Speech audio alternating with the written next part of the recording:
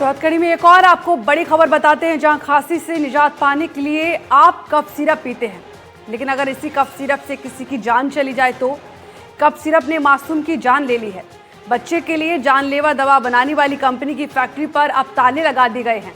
भरतपुर की घटना के बाद लिए गए सैंपल में खामी मिलने के बाद से ये फैक्ट्री अब बंद पड़ी है। कंपनी के पास इस फैक्ट्री में लिक्विड सेक्शन, कैप्सूल और टैबलेट बनाने का लाइसेंस है। अब सवाल ये उठ रहे हैं कि आखिर मासूम की मौत का जवाब कौन देगा और ये लापरवाही हुई क्यों।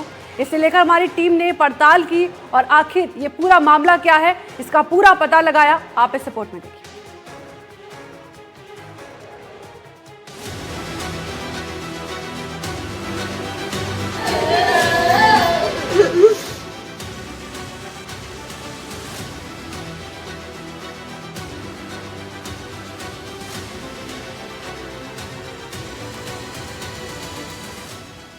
राजस्थान के सरकारी अस्पतालों में बांटी जाने वाली मुफ्त दवा अब सवालों के घेरे में है।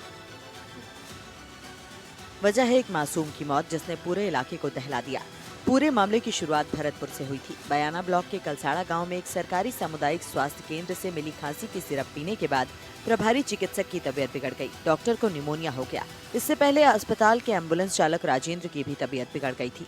कुछ दिन पहले 3 साल के बच्चे गगन की भी तबीयत बिगड़ी थी। सिरप पीने के बाद सभी को बेहोशी और चक्कर आने की समस्या का सामना करना पड़ा था। सीकर के नजदीकी खोरी ब्रह्मांड में 5 साल के बच्चे की सरकारी अस्पताल की निशुल्क दवा पीने से मौत हो गई। मासूम नित्यांश को परिजन नजदीकी चिराना सीएचसी में दिखाकर खांसी की दवा लेकर आए थे। इसके बाद रात को मासूम को सिरप पिलाई गई। इसके बाद बच्चा सुबह नहीं उठा, जिसके बाद परिजन बच्चे को अस्पताल ले गए, जहां डॉक्टरों ने बच्चे को मृत घोषित कर दिया। जयपुर के दूदू का जो बच्चा अस्पताल में किस तरह भर्ती है, या सीकर में अजीतगढ़ में जिस तरह का मामला सामने आया, भरतपुर में सबसे पहले जो घटना हुई, उसके बाद चिकित्सक ने इस दवा का टेस्ट खुद पे किया तो वो बेहोश हो गए। बहुत देर तक उनको होश नहीं आया। ये सारे सवाल खड़े करती है कि आखिरकार राजस्थान में निशुल्क दवा वितरण के लिए काम करने वाली कंपनियां जो हैं, उनकी भूमिका पर कैसे प्रश्न चिन्ह तो लगता ही है, लेकिन साथ ही दवा की जांच से लेकर उनके वितरण तक और खासतौर पर मॉनिटरिंग का जिम्मा जिन लोगों के पास, जिन अधिकारियों के पास है कि सही गाइडलाइन के साथ वो दवा बच्चों तक या आम आदमी तक पहुंचाई जाए, वो कहीं ना कहीं पूरी चूक और लिपापोती जो है वो की गई। करीब 6 महीने पहले ड्रग विभाग ने कफ सिरप बैच का सैंपल लिया था। सरकारी लैब की जांच में पाया गया कि सिरप में मौजूद मेंटॉल एमजी मानक के अनुरूप नहीं था। रिपोर्ट में फेल होने के बाद ड्रग्स एंड कॉस्मेटिक एक्ट 1940 और नियमावली 1945 के तहत ये दवा स्टैंडर्ड क्वालिटी से बाहर घोषित कर दी गई और कंपनी को RMSCL ने 21 फरवरी 2025 को 1 साल के लिए डीबार कर दिया। लेकिन बड़ा सवाल यह है कि डीबार होने के बावजूद कंपनी की दूसरी दवाओं की सप्लाई सरकारी अस्पतालों में जारी रही। ये विवाद नया नहीं है। 2021 में दिल्ली के कलावती सरन हॉस्पिटल में भी इस सिरप के जहरीले असर से 16 बच्चों की तबीयत बिगड़ी थी। मेडिकल रिपोर्ट ने साफ कर दिया था कि ये दवा 4 साल से कम उम्र के बच्चों के लिए पूरी तरह सुरक्षित है। अभी जो शिकायतें प्राप्त हुई इस दवाई को लेकर के, उसके लिए हमने इनके जो बेच फील्ड में गए थे, उन बेच को रोक करके उनके सैंपल करा के जो हमारी ड्रग टेस्टिंग लेबोरेटरी है राजस्थान सरकार की, उसमें इनके टेस्ट के लिए सारी दवाई भेज दी है।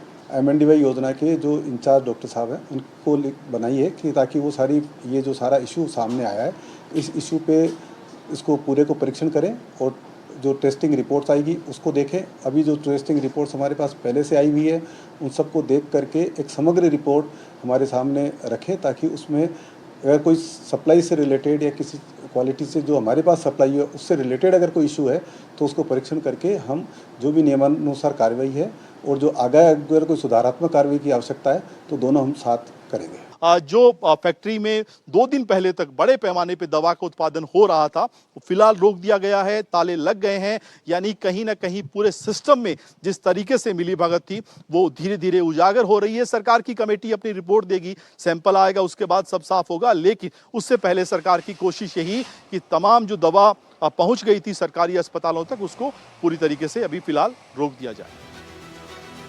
बच्चों के लिए जहरीली खांसी की सिरप बनाने वाली कंपनी कायसेंस फार्मा की फैक्ट्री पर ताले लगने के बाद NDTV की टीम ने फैक्ट्री मालिक वीरेंद्र कुमार गुप्ता का पक्ष जानने की कोशिश की।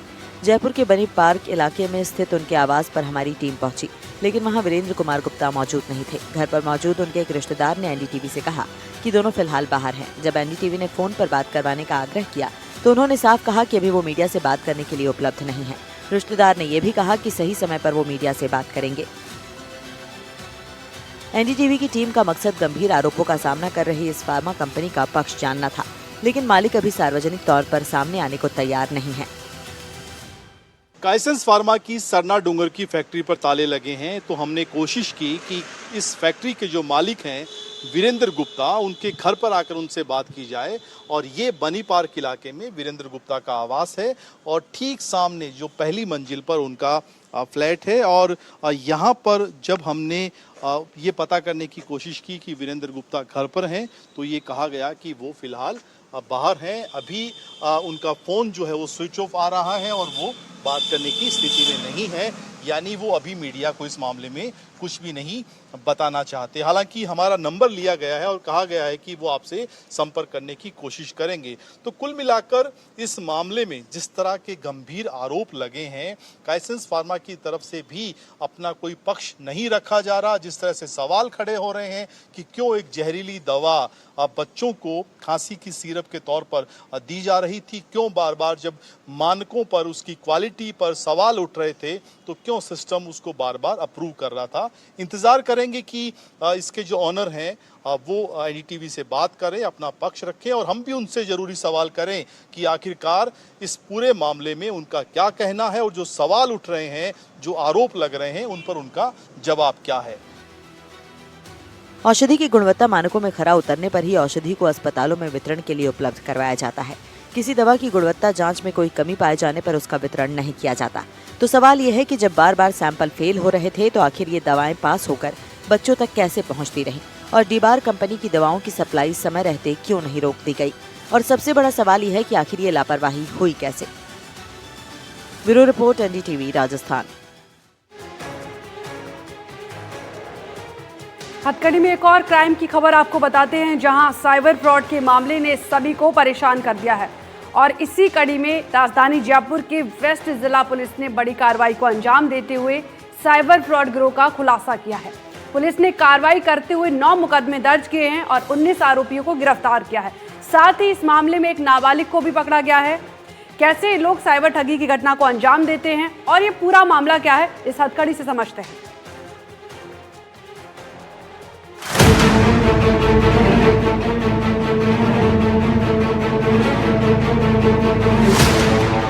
पुलिस मुख्यालय के निर्देश पर ऑपरेशन साइबर सील चलाया जा रहा है।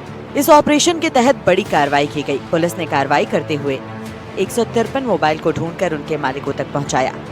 इन मोबाइल की कीमत तकरीबन 40 लाख रुपए है। अलग अलग साइबर ठगी के मामले में 16 आरोपियों को गिरफ्तार किया गया। 114 से ज्यादा फर्जी सिम को ब्लॉक करवाया गया। एक बैंक मैनेजर को भी पुलिस ने गिरफ्तार किया है।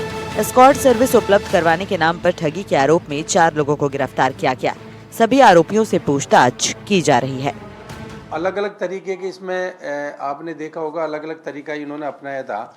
कुछ लोग जो महाराष्ट्र से यहाँ आके और जो साइबर फ्रॉड करने वाले लोग थे, उनको वहाँ के भोले भाले लोग, मजदूर है या स्टूडेंट्स है, उनको 5,000 रुपये में किराए पर उनके खाते लेकर यहाँ साइबर फ्रॉड करने वाले गिरोह को ये बेच रहे थे। उसके तहत हमने कार्रवाई की है। इसी तरह एक गिरोह एस्कॉर्ट सर्विस के नाम पर लोगों को गुमराह करके ऐप पर उसको बुला के और उनसे साइबर फ्रॉड करके इस तरह की वारदातें कर रहे थे।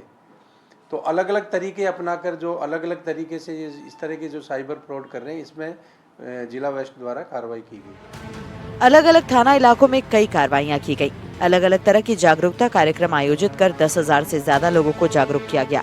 हनुमान प्रसाद मीणा ने बताया कि अब तक संदिग्ध खातों में साइबर ठगी से मिले 1,16,76,000 की राशि को होल्ड करवाया गया है। उन्होंने लोगों और कॉलेज के छात्र छात्राओं से अपील की है कि अपना बैंक अकाउंट किसी को लालच में आकर ना दे, वरना ऐसे लोगों के खिलाफ भी कार्रवाई की जाएगी। अभियान के तहत हमने 9 प्रकरण अलग अलग थानों में दर्ज करके करीबन 20 मुलजिमों को इसमें अरेस्ट किया है। 1 करोड़ और 16,75,000 रुपये की राशि जो साइबर ठगी के तहत थी, उनको होल्ड करवाया है। करीबन 22.5 लाख रुपए हमने उनके जो ठगी की राशि थी उनके मालिकों को वापस रिफंड भी करवाई है। 114 सिम हमने इसमें जो साइबर ठगी में काम में ली जा रही थी उसको हमने ब्लॉक कराया है। इसके अलावा जो म्यूल अकाउंट थे वो भी इसमें बंद किए हैं। साइबर ठगी के जो प्रकरण थे उनमें अलग अलग तरीके की इन्होंने मोडस ऑपरेंडी अपना रखी थी, जिसमें एस्कॉर्ट सर्विस के नाम से म्यूल अकाउंट किराए पर लेके उसमें इस तरह का ये फ्रॉड कर रहे थे।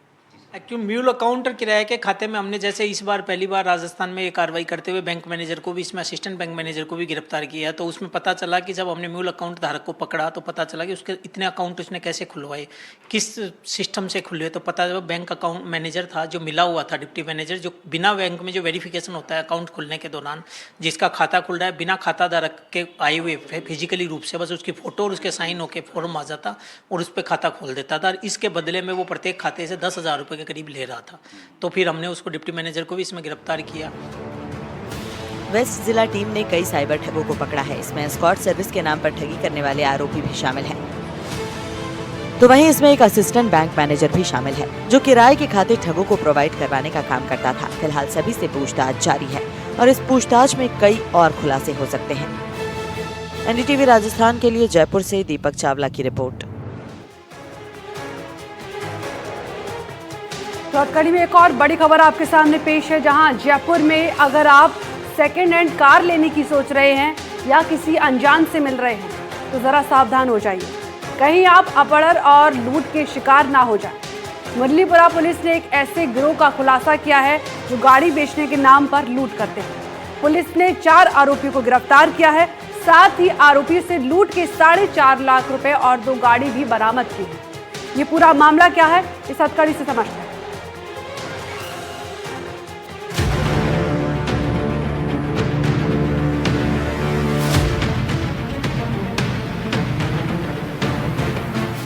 सस्ती गाड़ी खरीदना हर इंसान की चाहत होती है और इस वजह से जो लोग नई गाड़ी नहीं ले पाते वो सेकंड हैंड कार लेते हैं या लेने की सोचते हैं। लेकिन सस्ते के चक्कर में कहीं आप किसी गिरोह के शिकार न हो जाएं, इसका ख्याल रखना बहुत जरूरी है। जयपुर शहर में एक ऐसा गिरोह सक्रिय है जो सस्ती कारें बेचने के नाम पर लोगों से लूट और धोखाधड़ी कर रहे हैं। जयपुर की मुरलीपुरा पुलिस ने गिरोह से जुड़े 4 शातिर बदमाशों को गिरफ्तार किया है। पुलिस की गिरफ्त में आए आरोपियों के नाम करण, कालू, विवेक और अमन है। चारों ही आरोपी जयपुर के रहने वाले हैं। पुलिस ने इन आरोपियों से 4 लाख रुपए और 2 कार बरामद की है।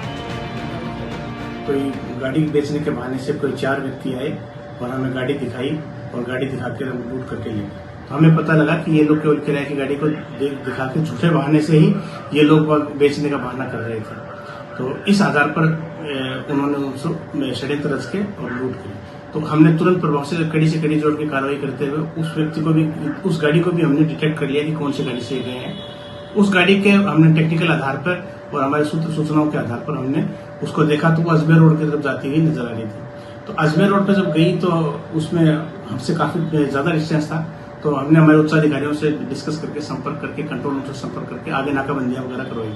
तो नाकाबंदी करवाने पर किशनगढ़ के पास में बांदा सिंदरी थाना अधिकारी की टीम ने उनको पकड़ लिया। ठगी के इस गैंग की वारदात सामने आई है, जहां आरोपी ने पीड़ित को बुलाया। 5 लाख रुपए में गाड़ी देने का सौदा हुआ।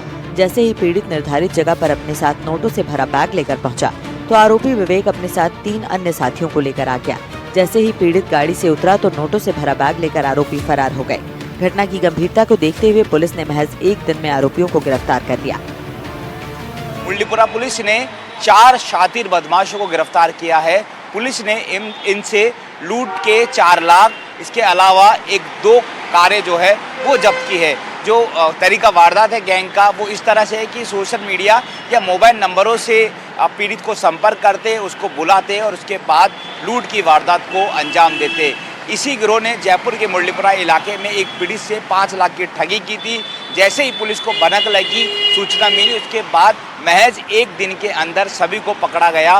बहरहाल पुलिस को शक है कि इसी गिरोह ने जयपुर के और भी इलाकों में इसी तरह की वारदात को अंजाम दिया होगा। आरोपी ऐशो आराम से अपनी जिंदगी जीने के लिए लूट की वारदात को अंजाम देते हैं। लूट की राशि से आरोपी महंगे ब्रांडेड कपड़े और जूते खरीदने वाले थे। ऐसा अंदाजा लगाया जा रहा है कि इसी गिरोह ने जयपुर के दूसरे इलाकों में भी वारदातें की होंगी। फिलहाल सभी से पूछताछ की जा रही है। एनडीटीवी राजस्थान के लिए जयपुर से दीपक चावला की रिपोर्ट। हथकड़ी में एक और जुर्म की दास्तां आपको सुनाते हैं, जहां हनुमानगढ़ जिला पुलिस ने अवैध तस्करी पर 3 बड़ी कार्रवाई को अंजाम दिया है। 5.5 करोड़ रुपए से ज्यादा की पंजाब निर्मित शराब जब्त करने में सफलता हासिल की है। भारतमाला प्रोजेक्ट बड़े शराब और नशा तस्करों के लिए एक सेफ पैकेज साबित हो रहा है और इसी रास्ते पर तस्कर शराब की तस्करी कर पंजाब से गुजरात तक अपना जाल फैला रहे हैं। ये पूरा मामला क्या है, इस हथकड़ी से समझते हैं।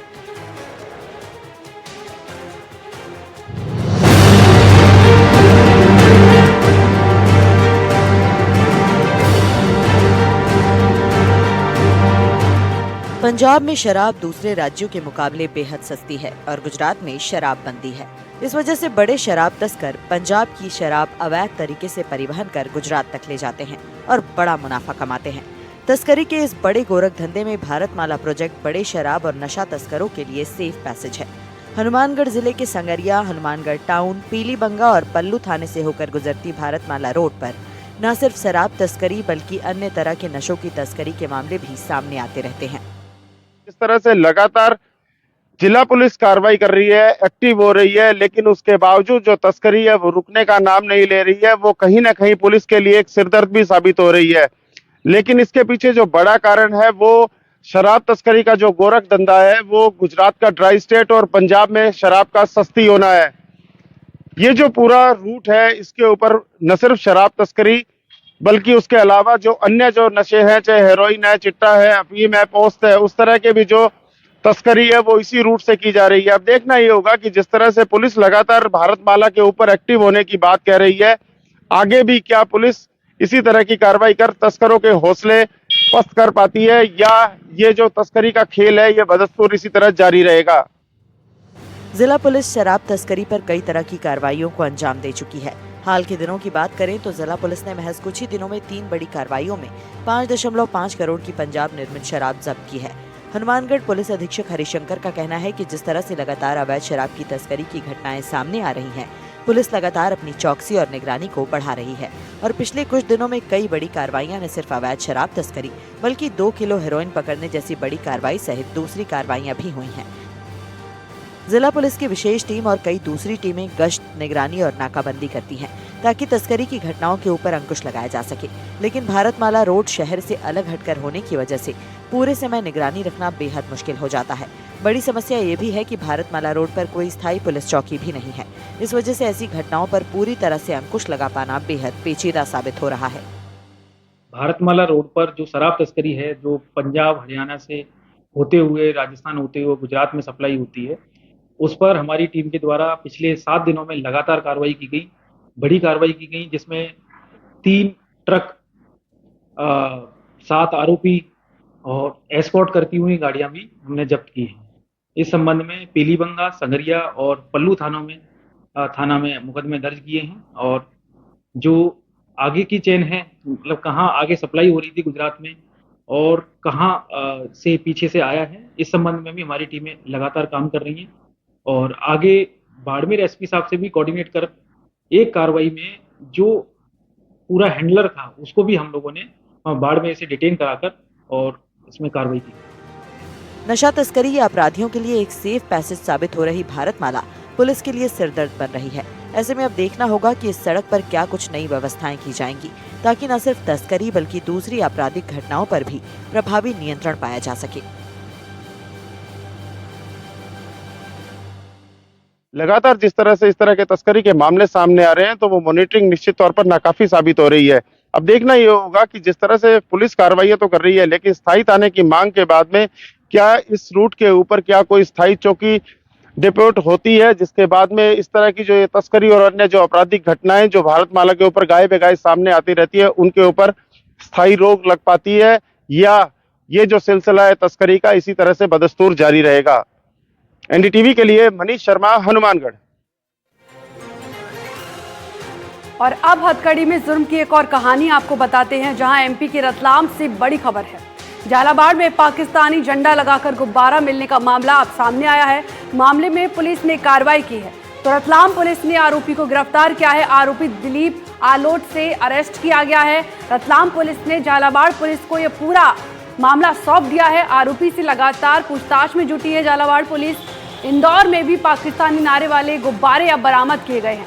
तो बिस्किट के पैकेट में लगे गुब्बारे मिले थे राजस्थान के गुब्बारे मामले में रतलाम एसपी अमित कुमार की टीम ने आरोपी दिलीप कोमरिया को आलोट से 8 किलोमीटर दूर हाईवे से गिरफ्तार किया। आरोपी को आलोट थाना लाया गया, जहां उससे प्रारंभिक पूछताछ की गई और उसे उसके बाद झालावाड़ पुलिस को सौंप दिया गया है। वहीं मामला सामने आने के बाद आरोपी के घर पर ताला लगा दिया गया है। इस दौरान हमारे संवाददाता साजिद खान ने आरोपी के भाई पवन कामरिया से बात की है और पूरे मामले में रतलाम पुलिस ने 3 टीम इंदौर भेजी, जहां टीम द्वारा थाना कोतवाली क्षेत्र में दबिश दी गई है। पुलिस को वाहन कुछ पैकेट मिले, जिसमें पाकिस्तान के नारे वाले कुछ गुब्बारे बरामद किए गए हैं। देखिए। और वो माल का सप्लाई अपनी गाड़ियों से करते हैं, उनके घर से ये माल वो बेचते हैं और वो फुग्गे वगैरह की खरीदी सब इंदौर से करते हैं। फुग्गे के अंदर उन्होंने भी नहीं देखा कि इसके अंदर क्या होगा, फुग्गे पैकेट पैक आते हैं और फुग्गे वो सप्लाई कर देते हैं। अब उसके अंदर कुछ फुग्गे ऐसे आ गए होंगे, हम कोई मैन्युफैक्चर नहीं है ना वो मैन्युफैक्चर है, वो खुद बाहर से लाए हैं और उन बेचे हैं। जी हो सकता है, लेकिन ऐसी कोई जानकारी पूर्व में उनको थी नहीं होगी, मतलब मेरे को भी मालूम नहीं कि क्या हुआ क्या नहीं। वो उनका धंधा पर्सनल करते हैं उनके घर पे ही। ये राजस्थान पुलिस ने गुब्बारे बरामद किए थे, जिसमें पाकिस्तान का फ्लैग बना हुआ था और 14 अगस्त उसमें लिखा हुआ। फिर जब वो इन्वेस्टिगेशन आगे उन्होंने बढ़ाया इसमें FIR करके, तो उनको ज्ञात हुआ कि आलोट के एक व्यापारी यहाँ से उसको लिया। फिर वो उन्होंने हमसे संपर्क किया, जिस पर हमने उनको मदद किया है। FIR हो गया है। फर्दर इन्वेस्टिगेशन अभी इसमें जारी है और हमसे जो भी हेल्प राजस्थान पुलिस ले रही है हम उनको दे रहे हैं। राजस्थान के झालावाड़ में पाकिस्तानी नारे लिखे गुब्बारे मिलने के बाद वहां हड़कंप मच गया। राजस्थान पुलिस ने जांच की तो पता चला कि आरोपी रतलाम के आलोट थाना क्षेत्र का रहने वाला है। रतलाम SP अमित कुमार से संपर्क किया गया और दोनों राजस्थान और रतलाम पुलिस की साझा टीम ने देर रात आरोपी को गिरफ्तार किया और उसके बाद आरोपी को राजस्थान पुलिस अपने साथ ले गई। लेकिन इस पूरे मामले में सबसे बड़ा सवाल यही है कि आलोट थाने से महज 500 मीटर दूरी पर एक आरोपी रह रहा था और इस तरह से जो है बिस्किट के पैकेटों पर गुब्बारे लगा करके बेच रहा था और किसी को पता नहीं चला कि आखिरकार उन गुब्बारों पर लिखा है तो क्या लिखा है। बहरहाल इस मामले में रतलाम पुलिस और राजस्थान पुलिस अब अलग अलग जांच कर रही है और जांच में जो सामने आएगा वह पुलिस आगे बताएगी। रतलाम से साजिद खान, NDTV। हमारे खास कार्यक्रम हथकड़ी में आज के लिए बस इतना ही। आप देखते रहिए NDTV राजस्थान। नमस्कार।